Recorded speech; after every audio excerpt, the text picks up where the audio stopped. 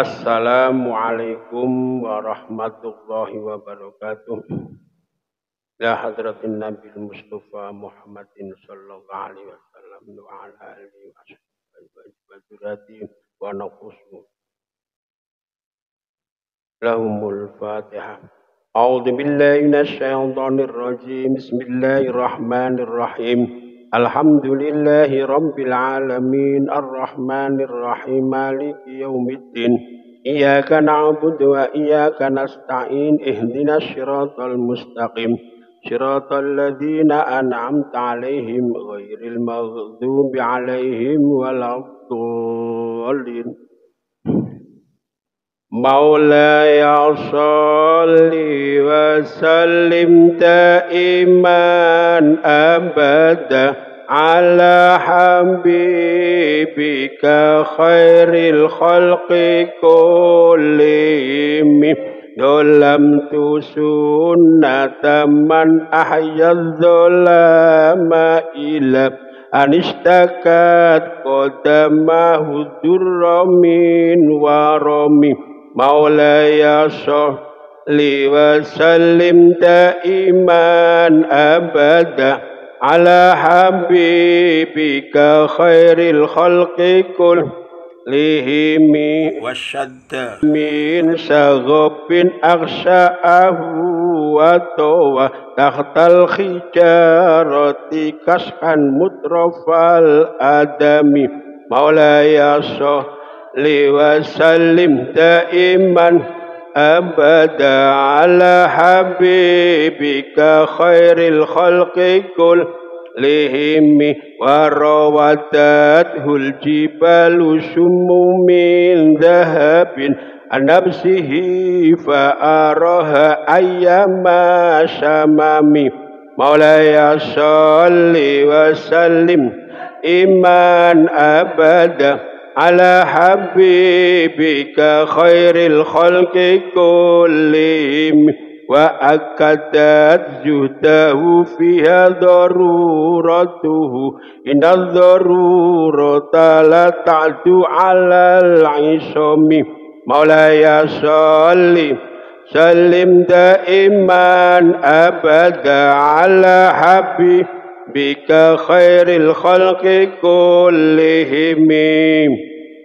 Zulamtu ninggal sapa ingsun sunnataman ing kelakuane wong ahya kang urip-urip sapa man azzulama ing wong kang peteng ila anistakat muka maring yen to wadul qadamahu apa delamaan lureman azzurra ing lara min waramin saking aboh wasaddalan naleni sapa man min saghobin saking luweh aksa'ahu ing lempenge man wa tawalan lempit sapa man tahtal hijarah ing ngisore watu kaskan ing lempeng mutrafal adami kang alus pira-pira jeroan kulite warawadat hulan ngrayuhu ing man aljibalu apa pira-pira gunung asumu kang dhuwur-dhuwur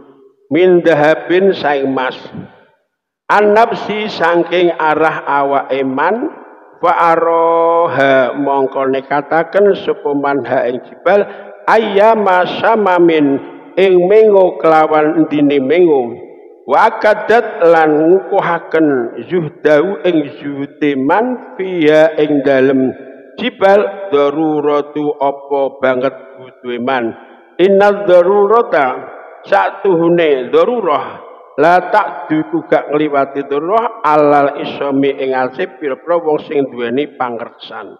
Beliau Syekh Muhammad bin Said Al-Busiri berkata bahwa Rasulullah sallallahu alaihi wasallam walaupun kedudukannya sangat mulia, manusia pilihan Allah, utusan Allah, beliaunya selalu menghidupkan malam yang gelap dengan mengerjakan qiyamul lail.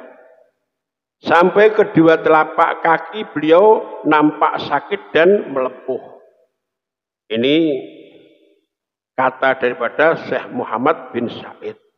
Kemudian beliau Syekh Muhammad berkata, sementara saya sebagai umatnya tidak pernah qiyamul lail. Apa itu tidak dikatakan zalim? Maka untuk kalian semuanya jangan sampai tidak pernah qiyamul lail. Usahakan qiyamul lail. Dan di waktu beliau menahan lapar, mengikatkan tali pada batu dan menyembunyikan lambung beliau di bawah batu demi meringankan rasa sakitnya kelaparan. Itu ungkapan daripada Syekh Muhammad bin Said Al-Busiri tentang Rasulullah SAW.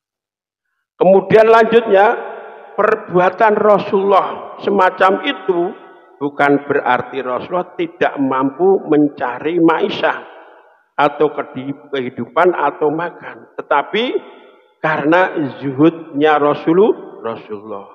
Dengan bukti apa? Gunung-gunung yang menjulang tinggi menawarkan Rasulullah siap untuk menjadi emas. Siap untuk menjadi emas. Karena Rasulullah zuhud, maka Rasulullah menolak. Tidak mau gunung-gunung itu menjadi emas. Sekarang seandainya kita ditawari, jangankan gunung, ditawari,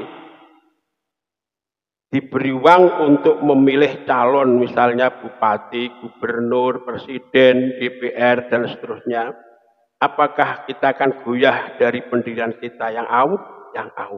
Ini, jangankan gunung, dikasih uang saja akan goyah pendirian. Sekarang pertanyaannya, bolehkah menerima uang dari calon baik DPR, bupati, gubernur, presiden, pilpres, pilgub,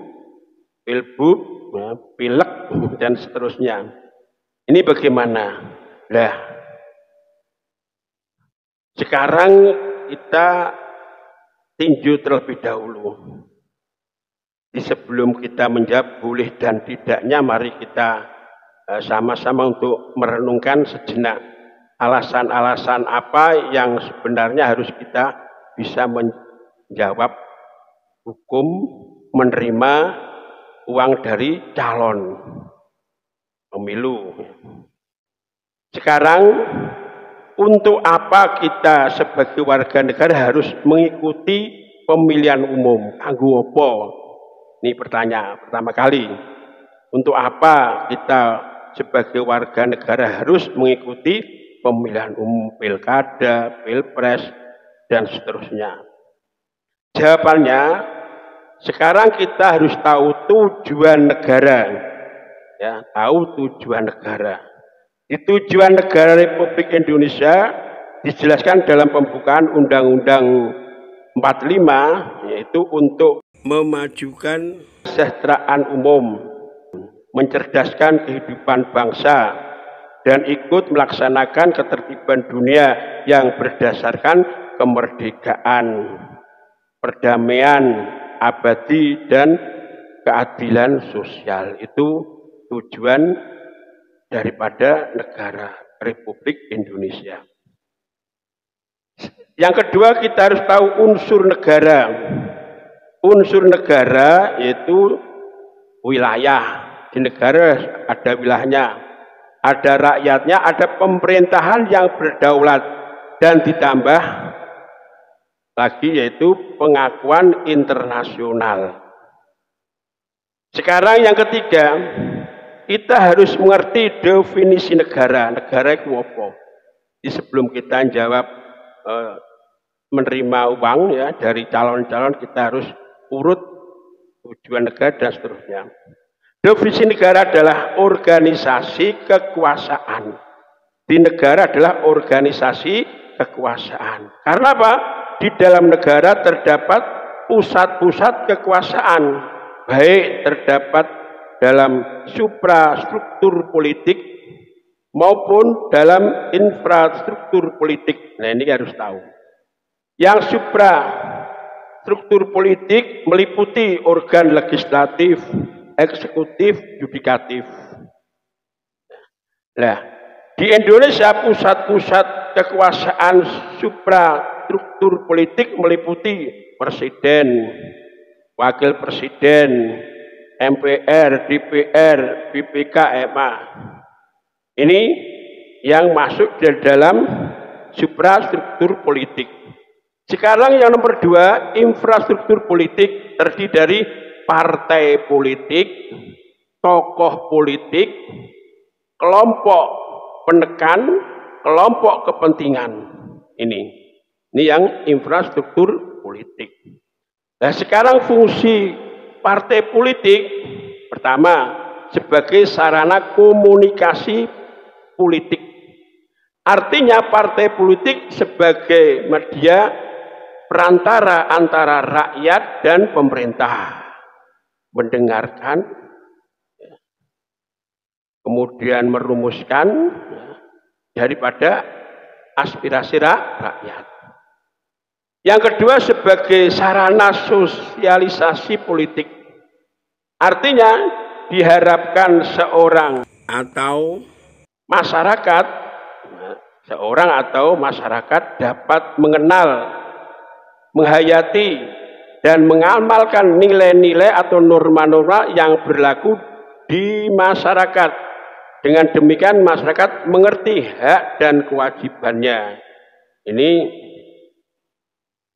fungsi daripada politik.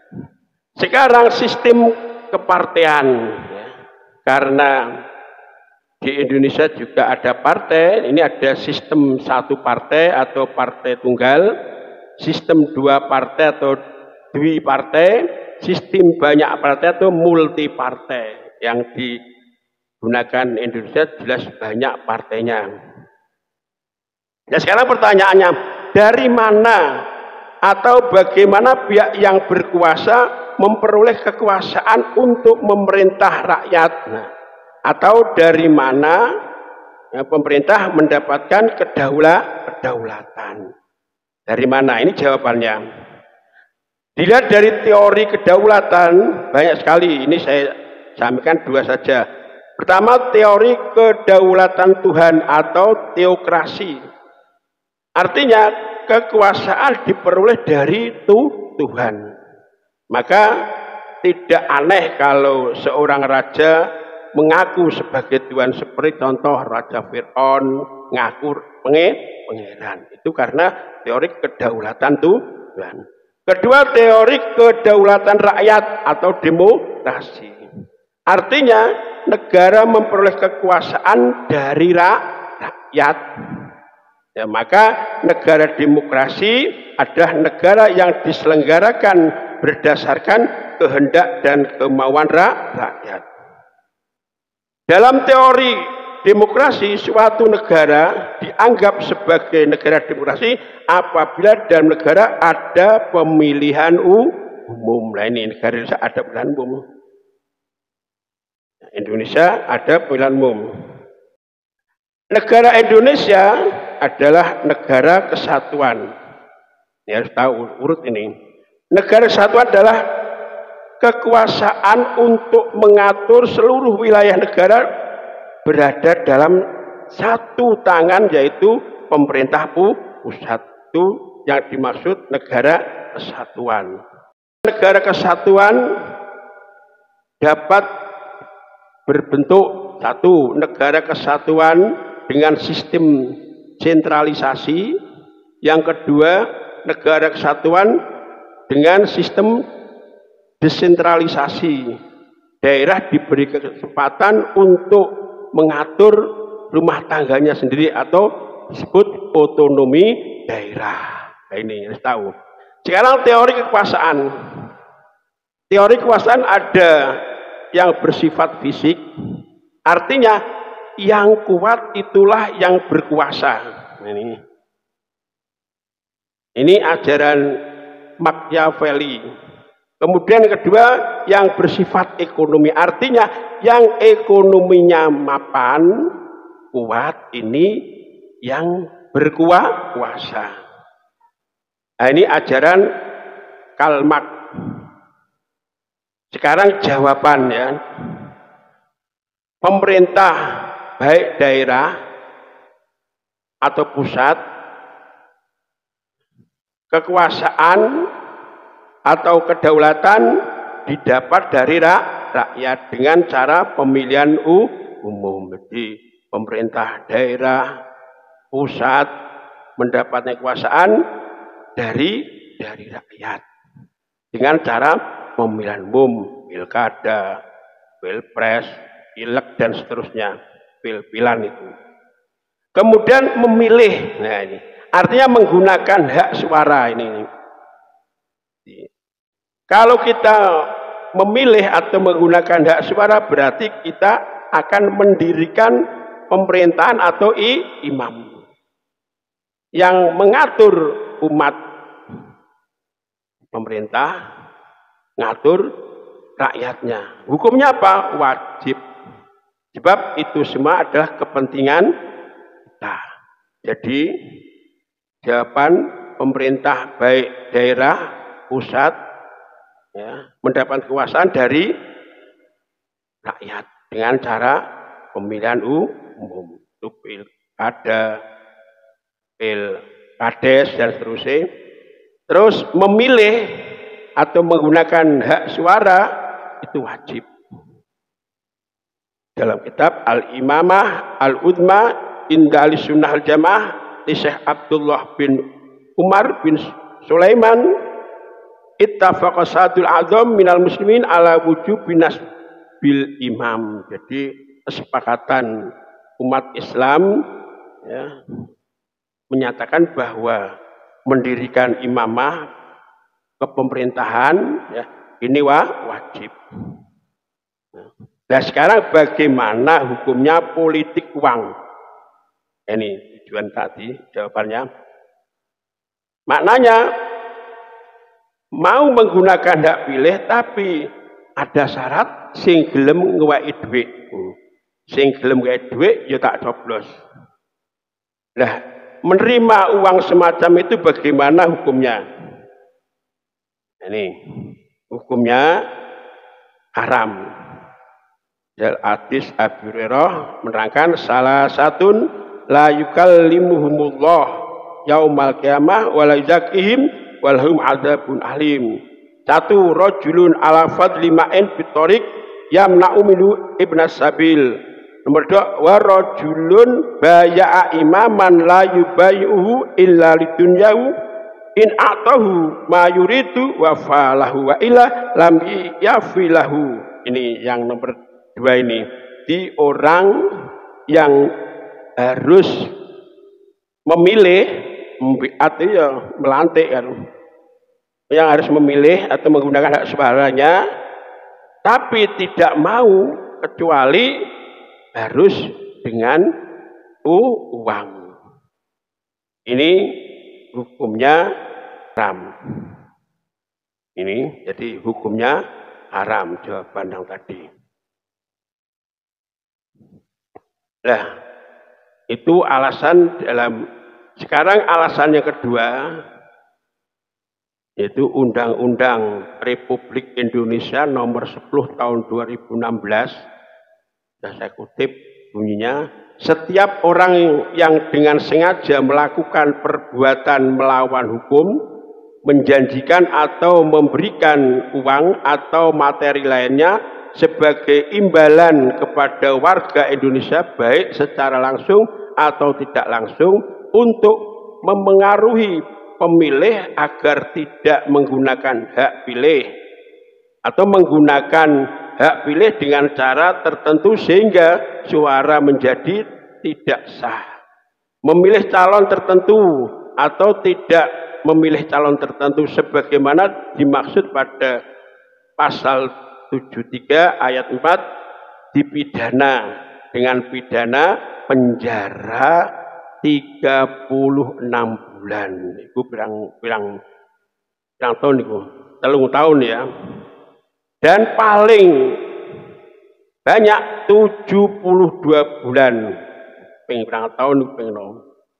Dan denda paling sedikit 200 juta, paling banyak 1 miliar.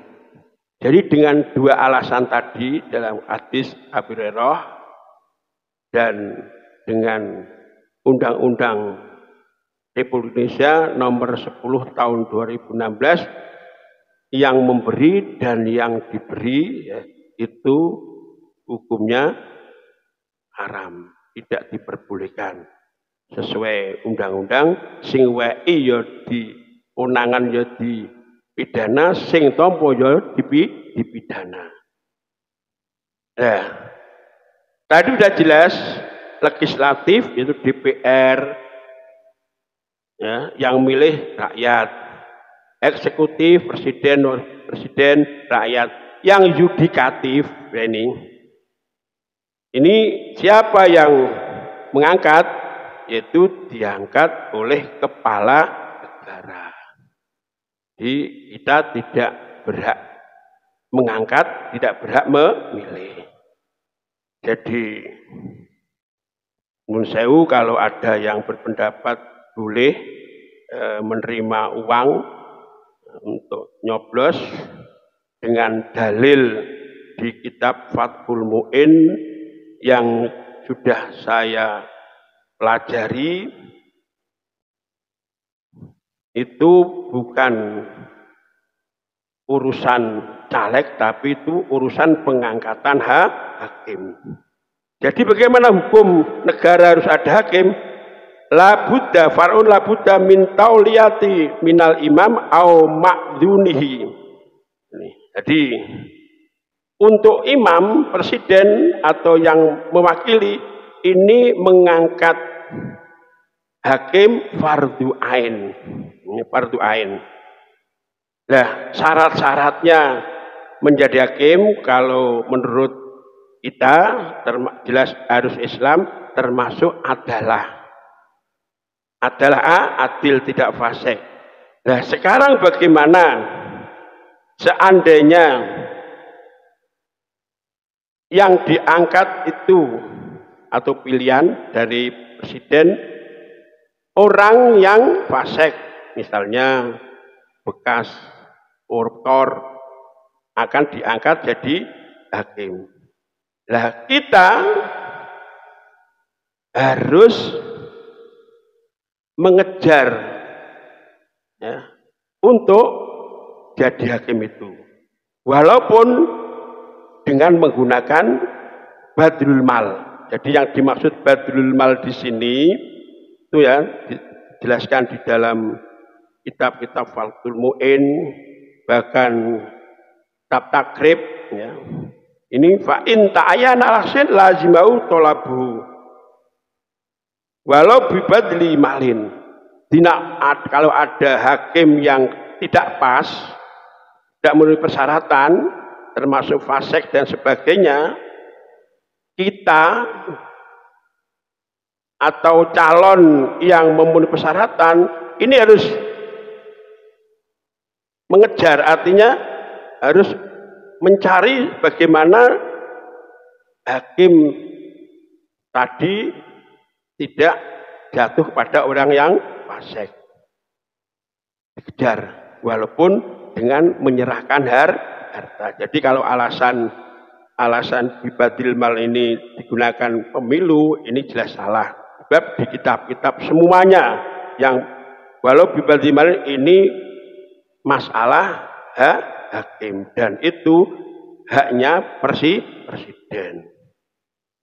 Jadi sudah saya jelaskan bahwa ada dalil yang menyatakan walau bibadli malin ini untuk masalah hakim, bukan pemilihan umum. Malah di kitab Tausih dijelaskan kalau memang yang akan diangkat itu orang yang fasik, maka yang tidak fasik harus maju tampil menjadi hakim walaupun menggunakan harta. Di dalam kitab Tausih ini walau bibadlin malin kasirin wa in haruma akhduhu minhu wal ito jaizun wal akhdu haram.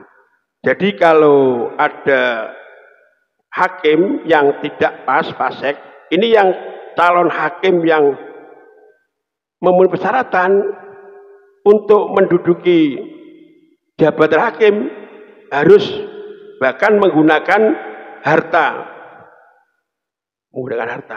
Nah sekarang calon hakim yang memenuhi persyaratan supaya bisa menduduki jabatan hakim ini boleh itok fal itok jaiz boleh ini. Wal akdu haram sing menerima ya, haram. Yang menerima jelas bukan rakyat ini. Jadi kata-kata walau bibadli malin ini tidak dipraktekkan di dalam pemilihan umum. Jadi jelasnya satu, kekuasaan dari rakyat. Ya. Kemudian menerima uang itu haram. Sekian. Assalamualaikum warahmatullahi wabarakatuh.